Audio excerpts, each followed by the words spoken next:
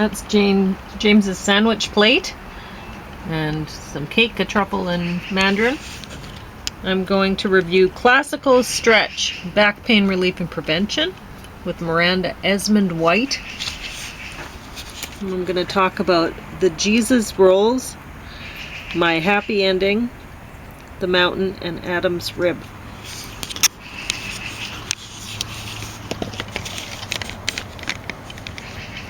And I guess James is not going to sit down. Well, So I guess I will. I did sit down. When I got up, I didn't realize that you were close to it. I was just checking the weather. Didn't want to get us to get hit by a tornado while we're out here. So, Classical Stretch got the top of the stack rating, and really she does most of her things that she's doing. They're just stretches, and they're good stretches, and I can see she's sort of adapted some things from Qigong and maybe some Tai Chi and some other things, and looks pretty good, honestly. I think if a person kept this up, then their back pain would be less troublesome, less problematic. I did find it interesting at the end of every little section that she had, they had an ad for the what is it, a hotel or something that she's working at. Oh, God. So that was a little bit cheesy. But aside from that, I think anybody that would benefit from this. Running time 70 minutes. So, and she gives a lot of stretches. There's one part that she gives the upper back. So she's like, that might give you problems if you're at the desk typing or whatever, and here's what to do about that.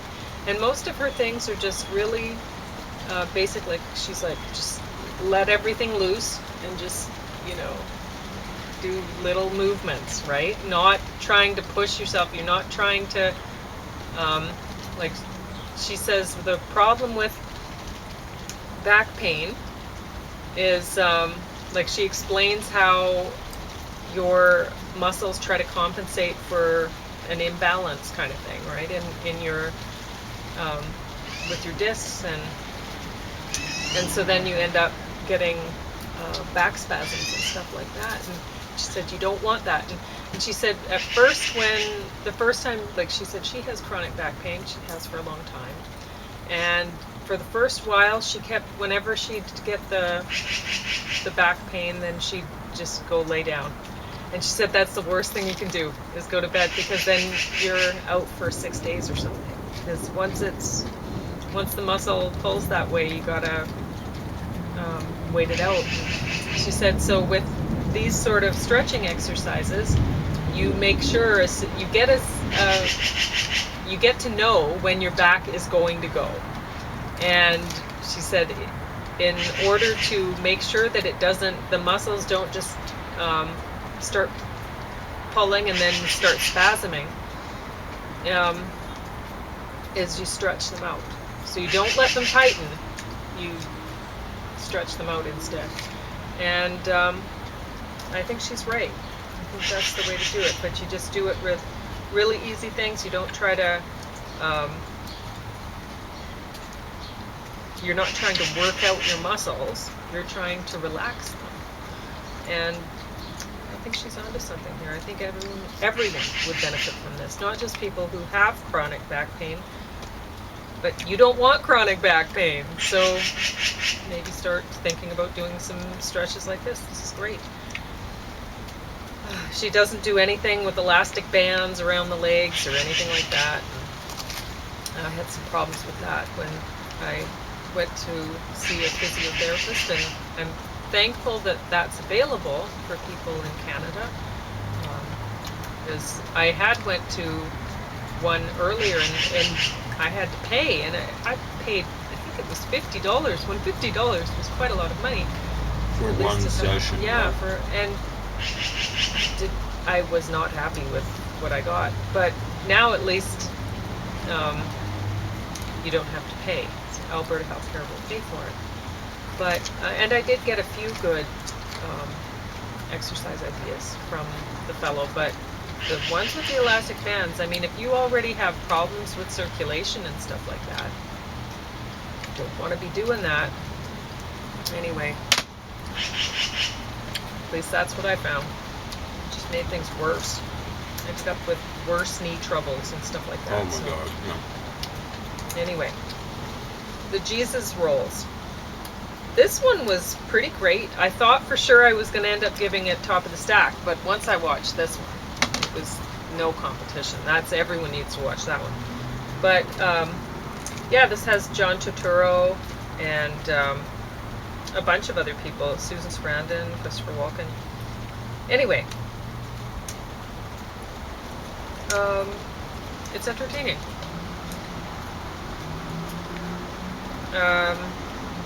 I don't really need to say much about the movie. I don't know that it's an entirely, I hope it's not a believable sort of story, but a guy gets out of prison and he's doing a bunch of petty kind of crimes, stealing cars and stuff like that, but it sounds like we're going to get more rain, which is awesome. My happy ending was different than I thought it would be. It's about somebody who has cancer, and she meets up with some other people in the cancer ward, and they're doing a kind of meditation, the visualization exercises to help them with the pain, help them deal with chemotherapy. And so she does that, and she realizes that she doesn't want treatment. So I kind of gave away the story, but sometimes people don't. Sometimes people don't want to do the therapy, but like her doctor was saying in it, you do this not because, like he was telling her, you have about a year or so or whatever if you don't do the treatment. You have about 3 if you do. And he's trying to explain to her, it's not that, she's like, it'll just buy me a little more time and I'm going to end up sick and this and that. Yeah, you don't know what's around the corner. Like he was trying to tell her, it's to buy you time so that, until the next big treatment breakthrough comes available, right? And that's what you wait for. You hope that there's something better around the corner. Because oftentimes there is. So nowadays. Yeah. Just the scientific discoveries are being made very quickly. The world has become very small. There's a lot of connectivity between departments and places, whatever, and different people making the discoveries, and the discoveries are being made fairly quickly. So anyway, whatever. I agreed with her doctor in this one. But can I talk to that, or did you want to finish those before the rain? Okay, I'll finish this and then you'll talk about it, because I'm sure you'll talk about it for a long time. Take your time. The Mountain, I think I'd seen it before and probably fell asleep. And I'd wish that I'd fallen asleep this time, because it's really boring. It's kind of like a boring cover. Yeah, well, it says it's a psychosurgical odyssey. Jeff Goldblum, whatever. I kind of like Jeff Goldblum. I know, He's but still I didn't like stuff. the movie. It was too good. Well, I've seen him in some junkers. So. And surprisingly, even more surprisingly, Adam's Rib got the bottom of the stack. And I love Katharine Hepburn. Classic. I love her. But this movie was stupid. I have a hard time watching courtroom drama sort of TV shows anyway. And this is a movie, and ugh. And I mean, there's a way to tell the stories about this. I should say that this was from 1949. I think I read that on here somewhere. Yeah. 49? Yeah. So at the time, they were dealing with women's rights issues, and she was saying, I don't want to be treated. I don't want any kind of favoritism or special treatment. I just want equality, you know, and this and that, right? Amen to that. Yeah, and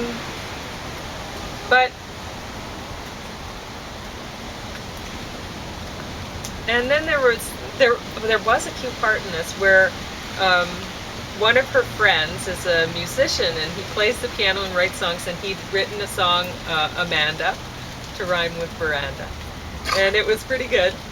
And funny. so he was doing that song, and then he's like, and I don't have the words for this this part of the song yet, or whatever. It was cute. And then because he's just in the middle of making it up, right? But it's sounding great, and she's loving it. And she's like, I think you should change the name though. And he's like, well, I can't. It wouldn't work. So anyway, then she's talking about the women's rights and stuff like that.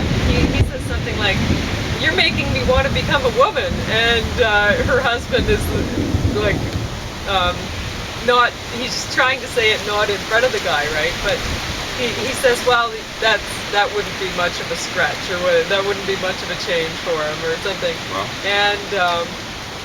and she's like, shush, you know, or whatever, and he's like, why?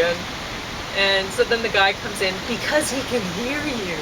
It's really cute. So I did like that part. Aside from that, I did not like the movie, because here she's saying, I don't want any special treatment and this and that, but she's doing things like she cuts off some people in traffic, and then she's acting like, oh, well, I'm just a woman, right? And that's right at the beginning of the story. And so there's a lot of that, you know. So the makers of the movie, and I can't believe Katharine Hepburn was part of it, given that, it seems like they're trying to say, well, you say you don't want special treatment, but yeah, you do.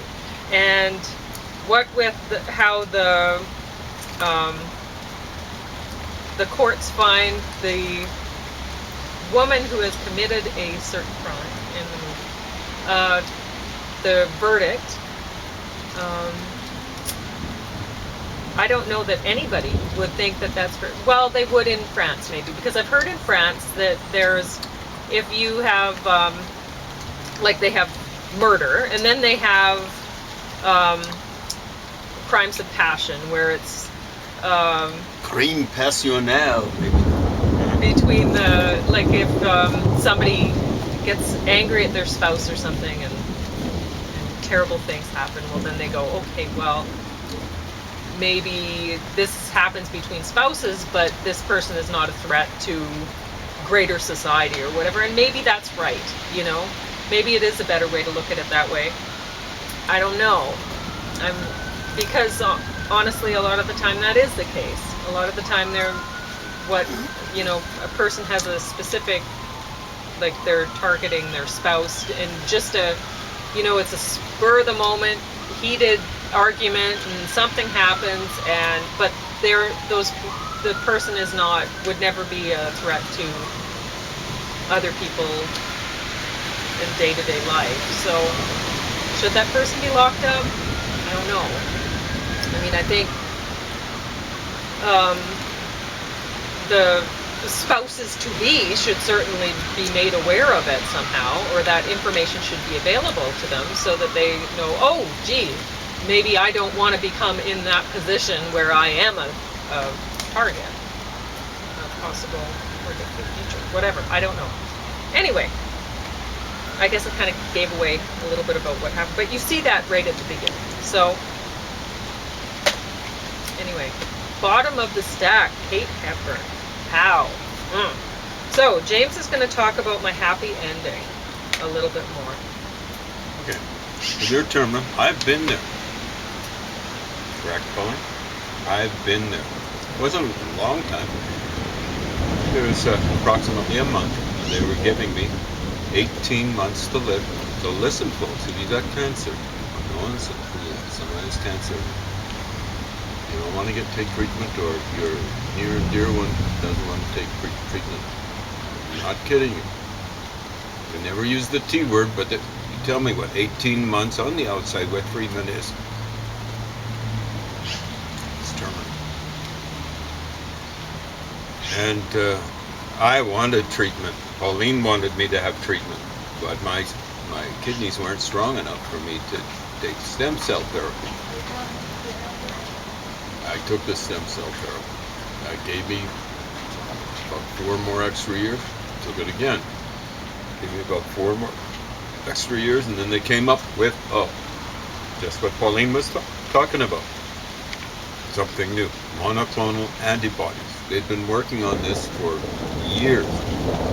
Probably more like decades. Finally came through for my kind of cancer, bone marrow cancer. I think it was approved, the treatment by FDA. It's in the United States Food and Drug Administration. In something like 2018, almost for sure it was approved by the Canadian authorities after the American authorities, because that's usually the way we operate. And so I started in 2020. It was basically just in time delivery. Here we go. Protect my camera from the rain a little bit. So I hadn't read about monoclonal antibodies. People have been talking about since about approximately 2000 or something like that. So we were hoping I could get a third stem cell therapy. Pauline was talking to my doctor. She went down there and she doesn't go to my appointment. No, but I was upset that they hadn't offered him another one. But And the doctor got it right. yeah, well, she told me that he would have needed somebody else's stem cells, and that's the outcome, isn't it? This It's not very she good. got you have to really watch with your immune system. You already got trouble with immune cells. She's got cancer, particularly with bone marrow cancer. So she got it absolutely right.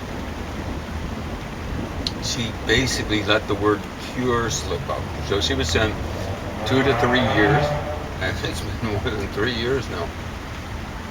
2020, 2020, 21, 22, and more than 3 years now.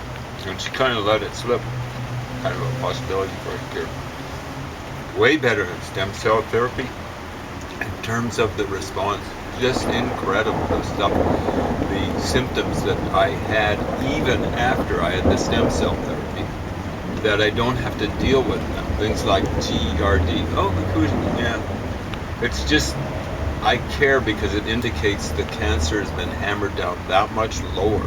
I could handle the GERD, but just an indication. Little things like when you get bone marrow cancer, the outside of the eyebrows tend to get alopecia, whatever, go a little bit bald there.